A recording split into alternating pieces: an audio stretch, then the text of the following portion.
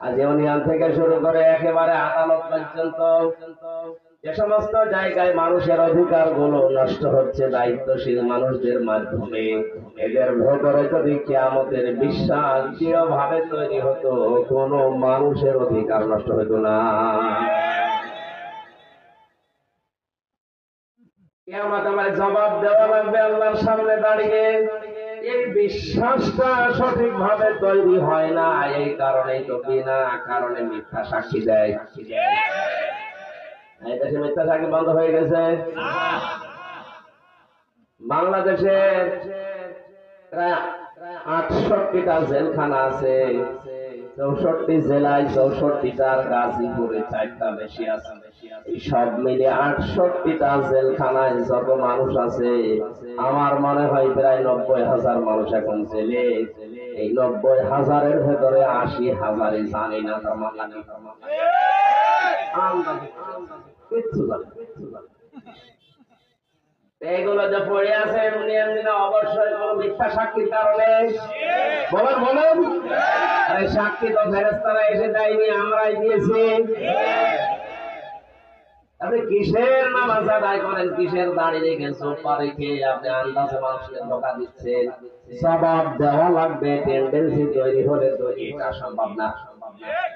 আল্লাহ আমাদেরকে যেন সহজ ভাবে এটা বোঝার এবং বাস্তবে আমল করার তৌফিক দেন, আমিন।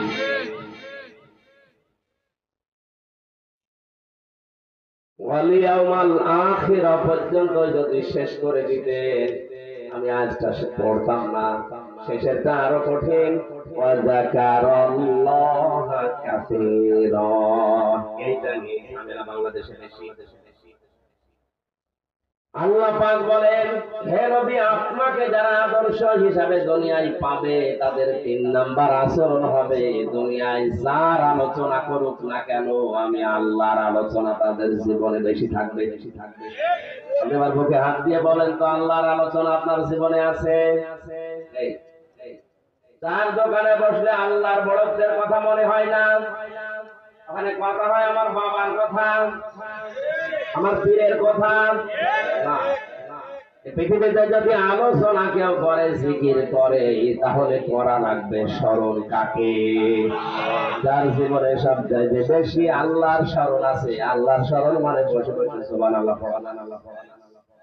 ওটা তো একটা সিস্টেম, একটা মাধ্যম, যে যেই কাজে থাকবে হাত দেবে, ওখানে যেন আল্লাহকে ভুলে না যায়, আল্লাহর কথাটা মনে রাখতে পারে। এইটার নাম যাকারাল্লাহ। আল্লাহ যাকারাল্লাহ পর্যন্ত শেষ করেননি। কাসির না দিয়ে কাসির র, এখানে প্রাণ আছে। তাদের জীবনের সবচেয়ে বেশি জিকির হবে, আলোচনা হবে, স্মরণ হবে কার? আমি সহ যারা এখানে বসে আছি, আমরা একটু মিলাই, আমাদের জীবনের সবচেয়ে বেশি আলোচনা আসলে আল্লাহর হচ্ছে। তাহলে এখনো পর্যন্ত আমি নবীকে আদর্শ পাইনি, আর বিশ্ব নবীকে কেউ যদি আদর্শ হিসাবে না পায়, মরণের পরে 2টা বিষয় বলেছিলাম, যে কোনো একটা আপনি পাবেন। আল্লাহ আমাদেরকে এখন এই বিশ্ব নবীকে আদর্শ পাওয়ার জন্য 3টা গুণ অর্জনের বলেন আমিন। সূরা তাওবা থেকে 111 নাম্বার একটা মাত্র আয়াত আমরা পড়েছি, সামারাইজ করে খুব তাড়াতাড়ি আয়াতটা বোঝানোর চেষ্টা করব ইনশাআল্লাহ। জবান খুলে পড়েন, আউযু বিল্লাহি মিনাশ শাইতানির রাজীম, বিসমিল্লাহির রহমানির রহিম।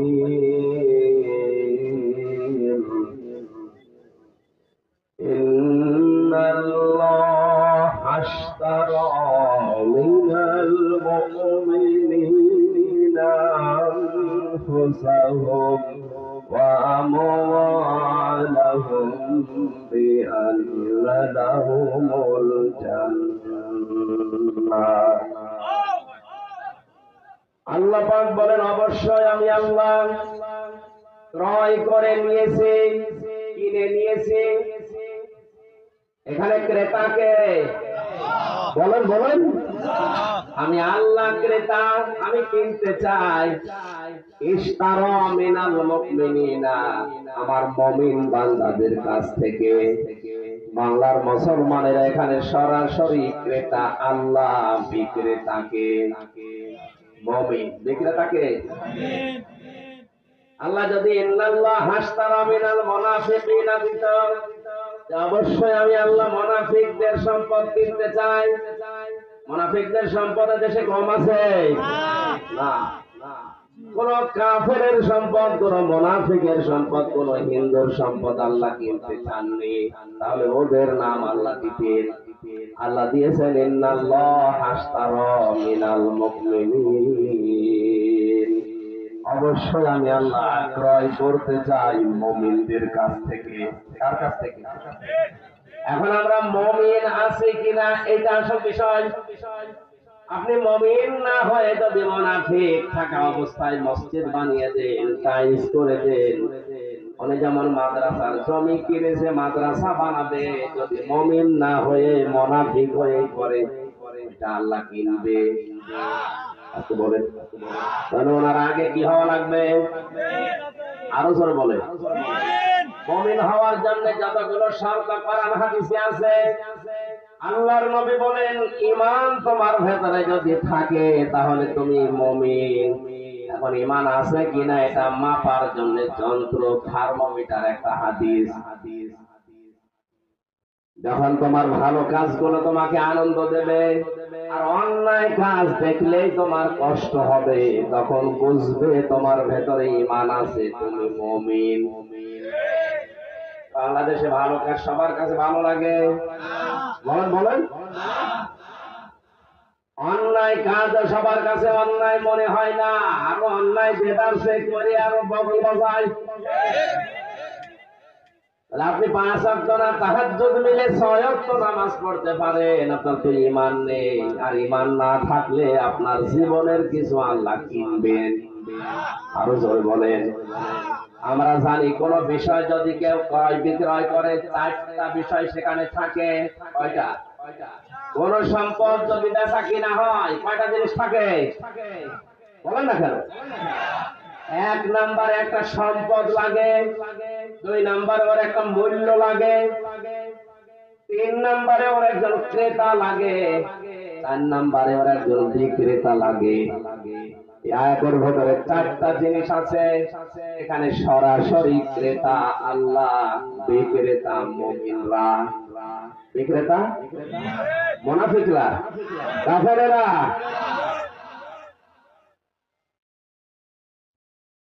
আর সুদের টাকা দিয়ে, ঘুষের টাকা দিয়ে আপনি মসজিদে টাইলস লাগিয়ে দিচ্ছেন, কিয়ামত পর্যন্ত তো টাইলস করতে থাকেন, কবুল হবে না।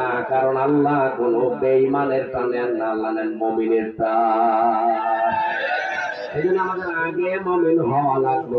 মুমিন হয়ে যদি একটা সোটা উদান করি, তা কবুল হবে না। ক্রেতা গেল, বিক্রেতা গেল, একটা জিনিস লাগে, একটা সম্পদ। এই সম্পদের নাম হচ্ছে জান আর মাল। এর একটা মূল্য লাগে, এই মূল্যটা সাধারণ মূল্য আল্লাহ দেননি, এমন একটা মূল্য দিয়ে জান আর মাল কিনতে চান যার একটা শিখের মূল্য তামাম বিক্রি করলে হবে না, তার নাম জান্নাত। এবার আয়াতের মূল কথায় যায় আমরা। সরাসরি যিনি ক্রেতা উনি কিন্তু অদক্ষ না।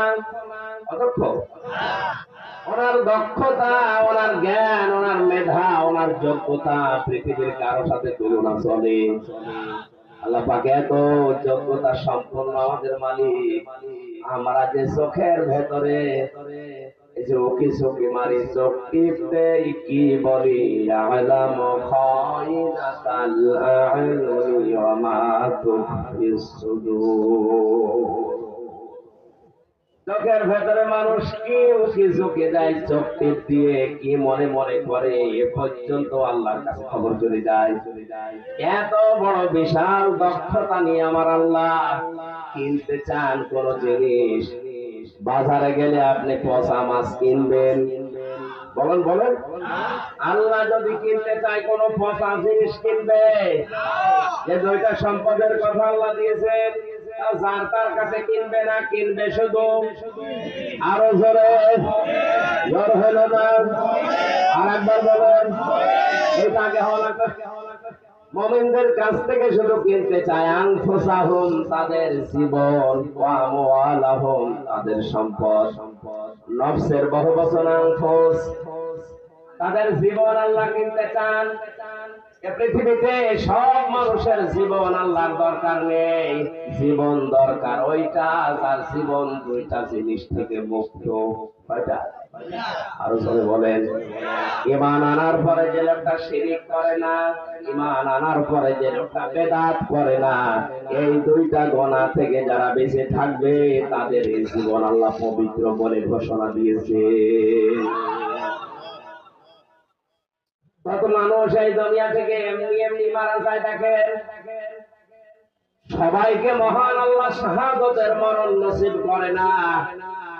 কোরআনের পাখি সারাটা জীবন দোয়া করতো রব্বুল আলামিন, আল্লাহুম্মা ইন্নী আসআলুকা শাহাদাতান ফি সাবিলিক। হে আল্লাহ, আমি তোমার কাছে চাই, আমি যত মাহফিল তার শুনেছি, জীবনের সর্বশেষ মাহফিল পর্যন্ত তিনি মোনাজাতে শেষে এই কথা বলতেন, আল্লাহ তুমি আমাকে মরণ দিবে, শাহাদাতের মরণ। আর শাহাদাতের মরণ আল্লাহ আমার সারে তারে ধরে দিয়ে দেয় না। وَلِيَعْلَمَ اللَّهُ الَّذِينَ آمَنُوا وَيَتَّخِذَ مِنكُمْ شُهَدَاءَ وَاللَّهُ لَا يُحِبُّ الظَّالِمِينَ। সূরা আলে ইমরানের 140 নম্বর আয়াতের শেষের দিকে আছে, 4 নম্বর পারার 6 নম্বর পৃষ্ঠার শেষ লাইন এটা আছে। আল্লাহ তাআলা বলেন, কিছু মানুষের জীবন যৌবন, তাদের কর্ম পদ্ধতি আমার ভালো লাগে, এগুলো আমার কাছে পবিত্র মনে হয়, তখন ওদেরকে সাধারণ ভাবে মরণ দেই না, ওদের শাহাদাতের মরণ দিয়ে আমি আল্লাহ ধন্য করি। শাহাদাতের মরণ কেন দেওয়া হয়? মাওলানা জহিরুল ইসলাম যদি এখনই মারা যান, উনি যদি ঈমান নিয়ে মরতে পারেন, এখনই আপনি কবরে দিয়ে দেবেন, ফেরেশতারা বলবেন তুমি যা, কিয়ামত পর্যন্ত ঘুমিয়ে থাকবে, সিংহায় ফৎকার দেওয়ার দিন উনি আবার টের পাবে, এই শেষ, মাঝখানে উনি আর টের পাবে না। কিন্তু কোন মানুষ যদি শাহাদাতের মরণ পায়, আল্লাহ তাআলা বলেন ও শুধু মরে না, ওয়ালা তাহসাবান্নাল্লাযীনা কুতিলু ফি সাবিলিল্লাহি আমওয়াতা বাল আহইয়াউন ইনদা রাব্বিহিম ইরযাকুন। হে নবী, যারা শাহাদাতের মরণ পাবে এদেরকে আপনি মৃত বলবেন না, এরা জীবিত। আর আমরা জানি জীবিত থাকলে খাবার খাওয়া লাগে, এটা বলেন না। এই জন্য দেখেন, বালা হায়া ওরা শুধু জীবিত না, ইনদা রাব্বিহিম ইরযাকুন, তাদের রবের কাছে তারা রিজিক পায়। সুতরাং মাওলানা আবুল কাসেম যদি শাহাদাতের মরণ পায়, উনি কবরে যাওয়ার পরে ঘুমিয়ে থাকবে না জহিরুলের মতো, উনি সঙ্গে সঙ্গে জীবিত এবং আল্লাহ নিজে ওনাকে কিয়ামত পর্যন্ত। সুতরাং যারা শাহাদাতের মরণ পাচ্ছে, আমরা অনেকে উপহাস করে, ঠাট্টা করে, আর ভাই আপনি যদি ঈমান নিয়েও মারা যেতে পারেন, কবরে গেলে শুধু ঘুমিয়ে থাকবেন। আর উনি তো ঘুমাচ্ছে না, উনি দুনিয়ার এই পচা খাবার বাদ দিয়ে মরণের পরে শাহাদাত যদি নসিব হয়ে যায়, কিয়ামত পর্যন্ত আল্লাহ ওনাকে খাওয়াবেন। আর মানুষের শরীরে যদি খাবার প্রবেশ করে, কি তৈরি হয়? রক্ত গোশত। কি তৈরি হয়? বলেন না কেন?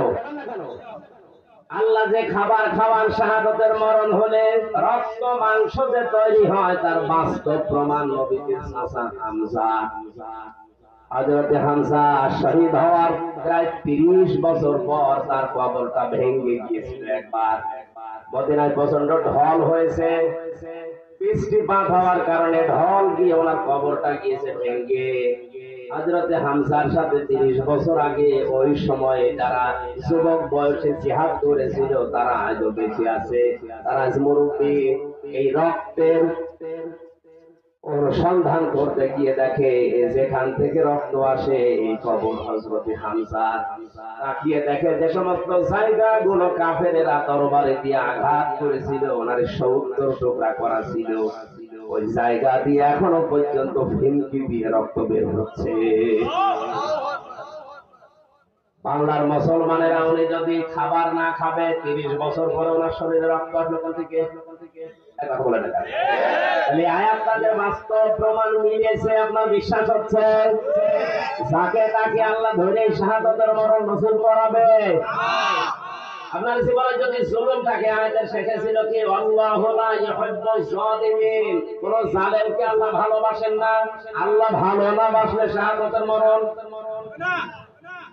এই জন্য শাহাদাতের মরণ পেয়েছে যারা, এই মানুষগুলোর জীবন আসলে ধন্য। কিয়ামত পর্যন্ত আল্লাহ নিজের কুদরতি হাতে তাদের খাবার খাওয়াতে থাকবে। জেলখানায় আমার সামনে কত মানুষ যে মারা গেল, ওখানে মানুষ মরে বেশি থাকতে শুনে 24 ঘন্টা একটা ঘরের ভেতরে তালাবদ্ধ, আপনি থাকতে পারবেন? এদিকে 3.5 হাত, এদিকে 2.5 হাত, এতটুকু একটা জায়গায় ওর ভেতরে টয়লেট করা। 24টা ঘন্টা যদি একটা মানুষ 30 বছর থাকে, এমনি পাগল যাবে। যদি যোগাযোগ বিচ্ছিন্ন করে রাখা হয়, আমার তো 3 বছর যোগাযোগ বিচ্ছিন্ন করে একটা ঘরের ভেতরে একটা জিন্দা মানুষের একটা খবরের সাইডে একটু বড় খবর 3.5 হাত, আর এদিকে হয়তো 1.5 হাত, আর ওইটা এদিকে 2.5। এতটুকু দুনিয়ার কোন যোগাযোগ আপনার সাথে থাকবে না। 3টা বছর যদি আপনি ওইভাবে এক ঘরের ভেতরে তালাবদ্ধ থাকতে, যোগাযোগ বিচ্ছিন্ন হয়ে আমি এমনিতে আমার পাগল হয়ে যাওয়ার কথা। এই জন্য আমার অনেক জানা জিনিস পর্যন্ত আমি ভুলে গেছি। বহু তথ্য আমার এই মাথার ভেতরে ছিল, এই 3টা বছরে অনেক কিছু হারিয়ে ফেলেছি। এখন আবার আস্তে আস্তে করে ওগুলো স্টাডি করা লাগছে। আল্লাহ যেন আবার ফিরিয়ে দেন, আরো বেশি করে দেন, জোরে বলেন আমিন। মানুষগুলো যখন মরতে দেখতাম, আমি এর আগেও শুনেছি জেলখানায় নাকি আজরাইল যায় না, প্রমাণ পেলাম 3 বছর ভেতরে মরে না। মরে যাওয়ার পরে পায়ে বেড়ি লাগিয়ে, হাতে হ্যান্ডকাপ লাগিয়ে বের করে দেয়, হাসপাতালে নিয়ে যাচ্ছে। মরা মানুষ আর বলে যে মরেছি রাস্তায়, অথচ মরে পড়েছিল বেড়ি। ওই সময় প্রতিদিন মাওলানা মামুনুল হক আমার পাশে রয়েছিল। যতদিন আমরা এক জায়গায় দোয়া করেছি, এই দোয়াটা আমার আল্লাহুম্মা ইন্নী আসআলুকা শাহাদাতা আমার যদি মরণ হয়েও যায়, তুমি আমার সাধারণ মরণ দিও না, এমনিতে মজলুম অবস্থায় আছি, তুমি আমার শাহাদাতের মরণ দিও। কারণ আমি জানি শাহাদাতের মরণ হলে কোনো আযাব নেই। একটা পিপিলিকা কামড় দিলে যেমন মনে হয়, শাহাদাতের মরণ যদি কেউ পায়, ঠিক ওইভাবে দুনিয়া থেকে বিদায় নেয়। মায়ের স্থানে মুখ লাগিয়ে মানুষ যখন খেতে খেতেই ঘুমিয়ে পড়ে, বাচ্চারা, নবীজি বলেন শাহাদাতের মরণ যারা পায় তারা যেন ওই বাচ্চার মতো ঘুমিয়ে পড়ে, টেরও পায় না। আজকের এই মুসাফির, অসুস্থ, মজলুম, এই 3টা বিষয় আমার ভেতরে এখন আছে। আল্লাহর দরবারে মুসাফিরের দোয়া ফেরত আসে না, মজলুমের দোয়া ফেরত আসে না, অসুস্থ রোগীর দোয়া আল্লাহ ফেরত দেয় না। 3টা এক জায়গায় করে দোয়া করছি, আল্লাহ আমরা যারা এসেছি সাধারণ ভাবে মরণ চাই না, আমরা দিনের জন্য শাহাদাতের মরণ চাই। যারা চান দেখবেন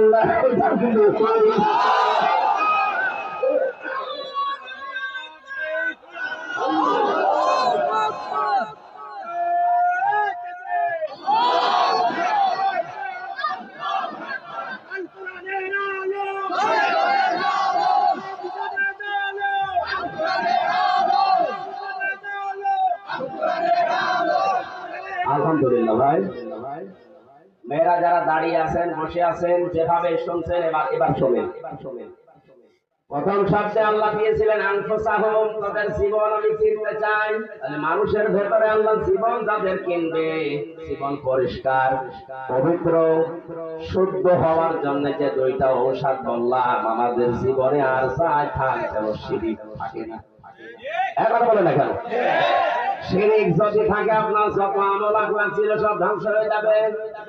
অন্যান্য গুনাহ যদি ছোটখাটো হয়েও যায় আগে খেয়াল করে দেখবেন আল্লাহ আমার কোনো কাজে যেন শরীক না হয়। এদেশ যেহেতু আমরা কোরআন হাদিস থেকে অনেক পিছিয়ে, এই জন্য জেনে হোক বুঝে হোক না জেনে হোক শিরিকের ভেতর আমরা নিমজ্জিত হয়ে যায়।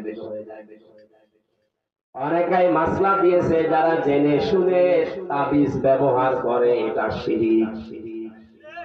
এখানে যাদের তাবিজ আছে গলায় হাতে মাথায়, আশা করছি আপনি খুলে ফেলবেন জীবন পরিষ্কার পবিত্র করার জন্য। 2 নম্বরে আমাদের জীবনে যেন কোনো বেদাত না আসে। কি বলেন বলেন? আল বেদাত দালালা, প্রতিটি বেদাত দলাল, গোমরাহি। প্রত্যেকটা গোমরাহি জাহান্নামের দিকে মানুষকে নিয়ে যেতে চায়।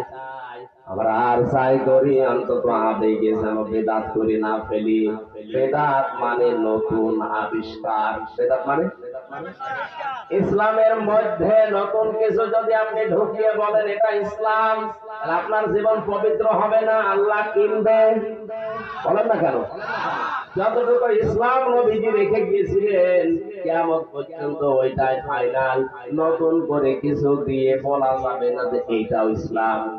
আর এটা বাংলাদেশ, ভারত আর পাকিস্তানে বেশি চলছে। আন্দাজে নতুন একটা ইবাদত জারি করে নিয়েছে। নবীজি 4টা শব্দ দিয়ে সারা জীবন জিকির করতেন, সুবহানাল্লাহ, আলহামদুলিল্লাহ, আল্লাহু আকবার, লা ইলাহা ইল্লাল্লাহ। আপনি যদি সত্যি জিকির ইবাদত মনে করে করেন, এই 4টা শব্দের বাইরে আন্দাজে নতুন কোনো শব্দ বানাতে পারবেন না। যদি বানান তাহলে দলিল দেওয়া লাগবে যে আল্লাহর নবী এবং সাহাবীদের জীবনে এরকম করেছে কিনা। হযরত ইবনে মাসউদ রাদিয়াল্লাহু তাআলা আনহু বলেন, আল্লাহর নবীর ইন্তেকালের 40 দিন পর আমি একবার সফরে গেলাম, সিরিয়ায় সফরে গেলাম। সে দেখে একটা মসজিদে নামাজের পরে মানুষ জোরে সোরে চিৎকার করে করে ডাকতেছে আল্লাহকে। আমি নামাজ শেষ করার পরে বললাম, আমাকে চেনো তোমরা? সবাই আমার দিকে তাকিয়েছে, কে গো, আমাকে চেনো? এই কথা বলে। আমি নিজের পরিচয় দিয়ে বললাম, আমি কিন্তু মুহাম্মদ রাসূলুল্লাহর সাহাবী ইবনে মাসউদ। নবীজি 40 দিন মাত্র দুনিয়া থেকে বিদায় নিয়েছে, এখনো পর্যন্ত তার কবরের মাটি শুকায়নি। আর এর ভেতরেই তোমরা নতুন আবিষ্কার তৈরি করে ফেলেছো। ইসলামের ভেতরে নতুন করে আবিষ্কার করলে কে তোমাদের পারমিশন দিয়েছে বলো? সারাটা জীবন আমি নবীর সাথে কাটালাম, কোনদিন নবী এরকম চিৎকার করে আল্লাহকে ডাকে নাই। আরে ভাই, আপনি ইসলাম নেবেন তো নবীর কাছ থেকে না বাবার কাছ থেকে? বলেন বলেন। জীবন যদি পবিত্র না হয়, পরিষ্কার না হয়, বৈধ না হয়, আপনার জীবন যত বড় হোক, 70 না 200 বছর হায়াত পেলে আপনার জীবন আল্লাহর দরকার নেই। নবীজি খুব বেশি দিন দুনিয়ায় বেঁচেছেন তা না, মাত্র 63 কয় বছর। আর আমরা 163 বছর বাঁচলেও কিছু করতে পারি না। দ্বিতীয় পয়েন্টে আল্লাহ বলেছিলেন, ও আমওয়ালাহুম, তাদের মাল আমি কিনতে চাই। মালের বহু বচন আমওয়াল। মাল শব্দটা আমি 9 প্রকার পেয়েছি।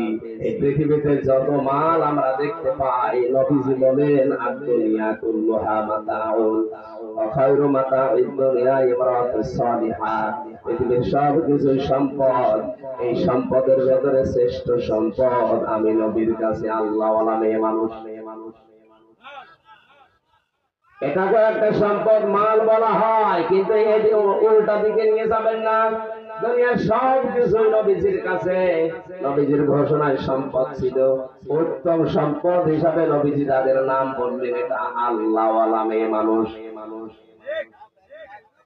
আল্লাহওয়ালা হওয়ার জন্য মেয়েদের 4টা গুণ লাগবে। কয়টা? বলেন বলেন। কোন মেয়ে লোক যদি মনে করে আমি আল্লাহওয়ালা হতে চাই, শুধু নামাজ পড়া, রোজা রাখা, কালো বোরখা পরা না, এগুলোই না। 4টা গুণ তাদের ভিতরে অর্জন করা লাগবে। 1 নম্বরে তার স্বামী যদি তার দিকে তাকায়, স্বামীকে আনন্দ দেবে। আজ এই ছোট্ট একটা আমলের কারণে হাজারো পরিবারে পরকীয়া প্রেম চলছে।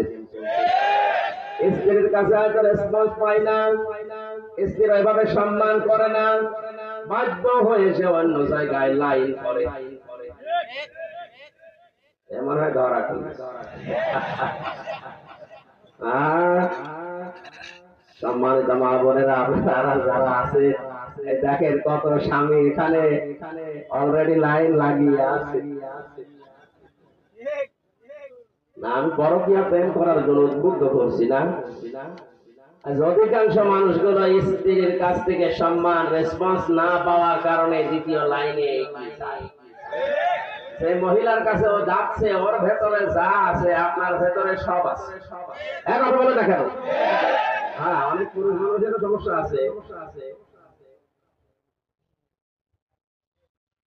জেলখানায় যাবার আগে একটা ঘটনা ঘটেছিল। এক মহিলা কল দিয়ে বলছে, হুজুর বিয়ে করলাম, আশা করে দেখি না মন শুধু আমার দিকে না, আর দিকে ওরে ছেড়ে দিলাম, আর একটা ধরলাম, আল্লাহ এ দেখি দুই জায়গায় করে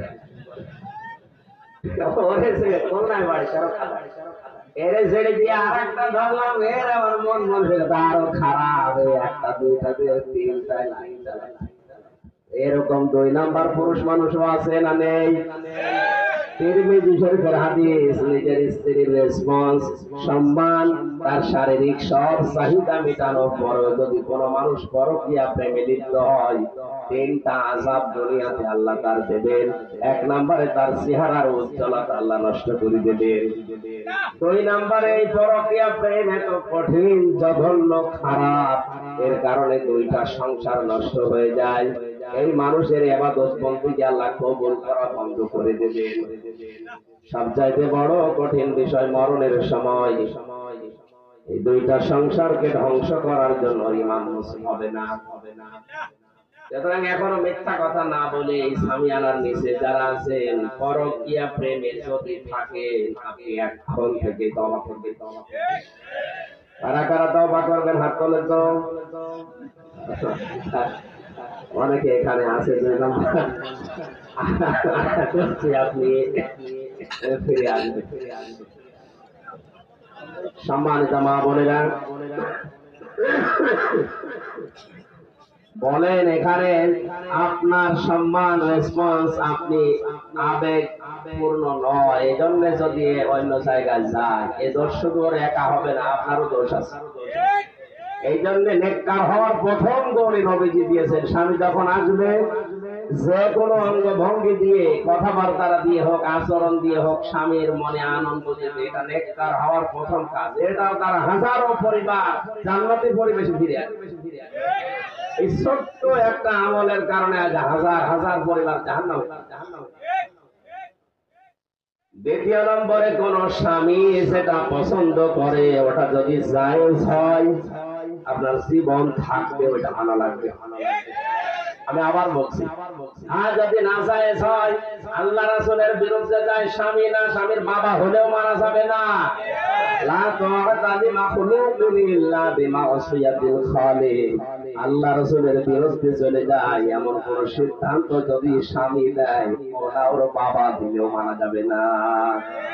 আপনি সরাসরি দেখতে পাচ্ছেন যে এই লোকটাকে রায় দিতে বলছে আমার স্বামী, অথচ এর রায় দিলে চরিত্র ভালো না, লাল পানি খায়, বাবা খায়, রাস্তার টাকা মারে, ব্রিজ খায়, এর আদর্শ রাসূলের আদর্শে নেই। এরকম মানুষকে যদি আপনি চাপে পড়ে উচিত দিতে যান, স্বামী বলছে তাই কি, বাবা বলছে, আমি কথা বোঝাতে পেরেছি? আল্লাহ রাসূলের বিরুদ্ধে যাচ্ছে, এরকম কোন কাজ করা যাবে না। কিন্তু স্বামী যদি জায়েজের ভেতরে থেকে কিছু চাহিদা করে, চাই, জীবন থাকতে আপনাকে দেওয়া লাগবে। আমি 6 প্রকার মানুষের কথা পড়েছি হাদিসে। আল্লাহর নবী বলেন 6 প্রকার নারীকে আল্লাহ পাক জাহান্নামে দেবেন বিনা হিসাবে, বিনা বিচারে। কি করে বলেন নাউজুবিল্লাহ। 1 নম্বরে যে মহিলারা বিনা কারণে চুল খোলা রাখে স্বামী ছাড়া অন্যের সামনে, মেয়েদের চুল সতর, কিন্তু এটা স্বামী বাদ দিয়ে মেয়েদেরকে বলছে আপনি স্বামীর সামনে যত পারেন চুল খুলে থাকবেন। আপনার স্বামী যদি চুল দেখে, হাত দেয়, যতগুলো দেখবে হাতের সওয়াব। অন্য মানুষ যদি চুল দেখে, প্রতিটি চুলে যদি একটা করে গোনা হয়, যত চুল দেখেছে অতগুলো গোনা আমল নামায় যাবে। দ্বিতীয় নম্বরে স্বামীকে যে মহিলারা সম্মান দিতে চায় না, হয়তো নিজে ধনী মানুষের মেয়ে, প্রভাব প্রতিপত্তি আছে, স্বামী একটু গরিব মানুষ, অর্থনৈতিক ভাবে দুর্বল, এই জন্য মানুষই মনে করে না, গোলামের মতো ব্যবহার করে। এরকম বউ আছে না?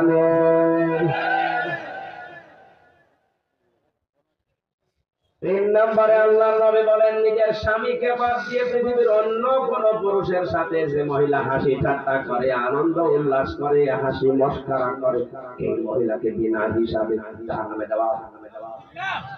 এটা দিন দিন বেড়ে যাচ্ছে, গ্রাম অঞ্চল তো টের পাচ্ছেন না। চার নম্বরে যে মহিলাকে আল্লাহ অপবিত্র করে দেন, মাসে 3 দিন, 5 দিন, 7 দিন, 10 দিন, অপবিত্র থেকে পবিত্র হওয়ার জন্য যারা খেয়াল রাখে না নিজের শরীরকে, এটা উদাসী, এটা একটা আমল। প্রতি মাসে 3 দিন, 5 দিন, 7 দিন আপনাকে আল্লাহ অপবিত্র শুধু এমনিতে রাখে না, এই নাপাক রক্ত গুলো বের করে দিয়ে হাজার হাজার রোগ থেকে আল্লাহ বাঁচিয়ে দেন। বিজ্ঞান প্রমাণ করেছে এই রক্ত যদি মহিলাদের না আসতো, কোন মহিলা 2-3 মাসের পরে আর সুস্থ থাকতো, এমনি অসুস্থ হয়ে মরে যেত।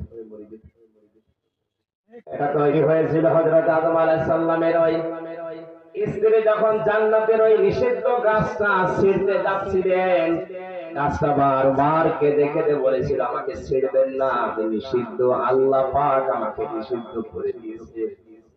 শয়তান যেহেতু ধোঁকা দিয়েছিল হযরত হাওয়াকে, এটা তাফসীরে ফিরসিল আলীর কোরআনে আছে, তিনি জোর করে যখন ছিঁড়তে গেছে, তখন গাছের ওই পাতার বোটা থেকে রস পড়ছিল ফোঁটা ফোঁটা, গাছটা আঘাত পেয়েছিল।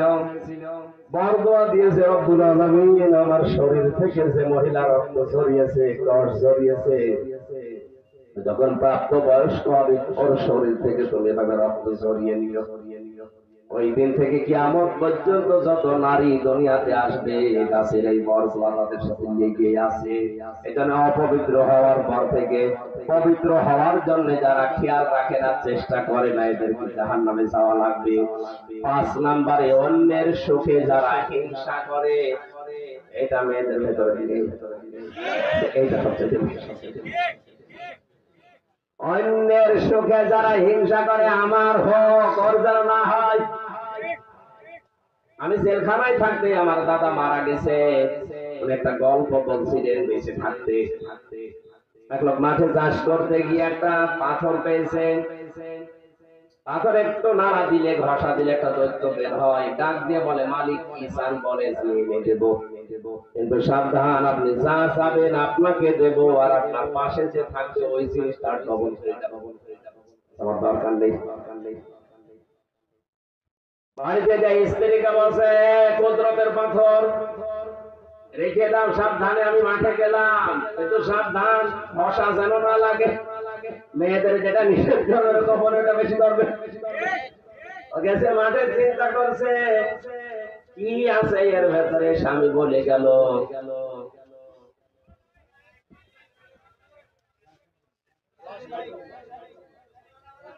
ঘষা যেন না লাগে। দিয়েছে বের করে এক ঘষা, দৈত্য বের হয়ে বলে, মালিক কি চান? কি চাই মানে, সারা জীবন তুমি ঘরে আসি টের পাচ্ছ না, একতলা বাড়ি চাই। ও তো আর জানে না পাশের বাড়ি, বলে না কেন, মাঠ থেকে বাড়ি এসে চিনতে পারছে না আমার বাড়ি কোনটা। বহু কষ্ট করে বাড়িতে গিয়ে বলে, তুই বাড়ি কি করেছো? ঘষা দিয়ে, তুমি তো ঘষা দিলে বাইরে এসে দেখো সব বাড়ি দইতালা, পাথর আবার নিয়ে আসো। দৈত্য যখন বেরিয়েছে বলে, কি চান?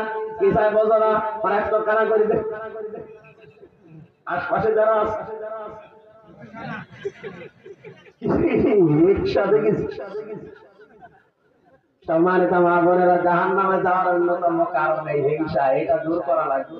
মেয়েদের ভেতরে সবচেয়ে মেয়ে লোক আমার পরে রাগ করে এই কারণে। আর একটা হাদিস বলছে, মুসলিম শরীফের হাদিস 3212 নম্বর, 6 নাম্বারটা একটু ঝামেলা, এটা বলার দরকার। যারা কথায় কথায় মিথ্যা কসম করে, গীবত করে, মিথ্যা কসমটা একটু বেশি। কিছু যদি চুরি হয় এলাকায়, ছেলের মাথায় হাত দিয়ে আন্দাজে বসেন থেকে ফেলে। পৃথিবীর কারো মাথায় হাত দেওয়া, মসজিদে উঠে কোরআন মাথায় নিয়েও কসম করা যায় নেই। কসম করা যায় যাচ্ছে শুধুমাত্র আল্লাহর নামে। আর বেশি বেশি যারা কসম করে এদের উপরে আল্লাহ লানত দেয়। আল্লাহ মেয়েদেরকে চাই যেন 6টা কাজ থেকে যেন হেফাজত রাখেন, জোরে বলেন আমিন। নেককার হওয়ার 2 নম্বরে বলেছিলাম, স্বামী যেটা পছন্দ করে যদি জায়েজ হয়। প্রত্যেকটা স্বামী পছন্দ করে বিয়ের পরে আমার মা বাবা যেন আমার সাথে থাকে। আস্তে বলেন, এটা হাজারো পরিবারে এটা না। আপনি নামাজ পড়তে পারেন, রোজা রাখতে পারেন, বোরকা পড়তে পারেন, নেককার হতে পারেন না। 4 নম্বরে স্বামীর সম্পদ এবং সন্তান এগুলো হেফাজত করা, দ্বীনের পথে রাখা। আল্লাহ মেয়েদেরকে এই গুণ অর্জন করে নেককার হওয়ার তৌফিক দিন আমিন। আমি আর শেষ করতে পারছি না, আমাদের আর 5 মিনিট আছে মাত্র। আজকের মতো শেষ করছি আমি। শরীর এবং গলা